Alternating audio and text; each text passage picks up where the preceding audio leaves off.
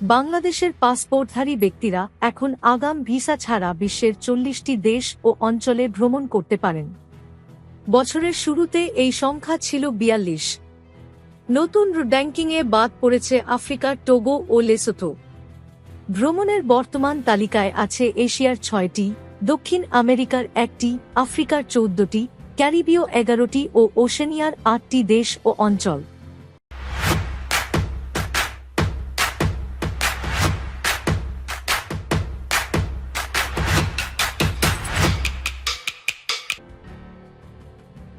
এশিয়ার দেশগুলো হচ্ছে ভুটান, কম্বোডিয়া, মালদ্বীপ, নেপাল, শ্রীলঙ্কা, পূর্ব তিমুর।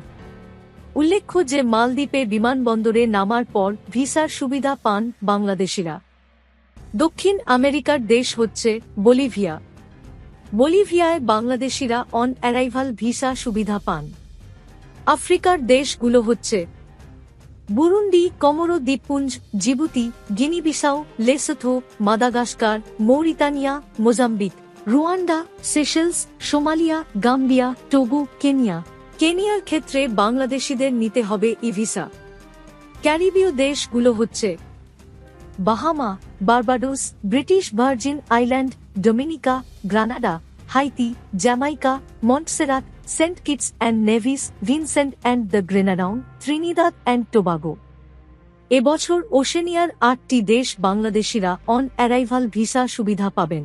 দেশগুলো হচ্ছে কুক আইল্যান্ড, ফিজি, মাইক্রোনেশিয়া, নুয়ে, সামোয়া, টুভালু, ভানুয়াতু, কিরিবাতি।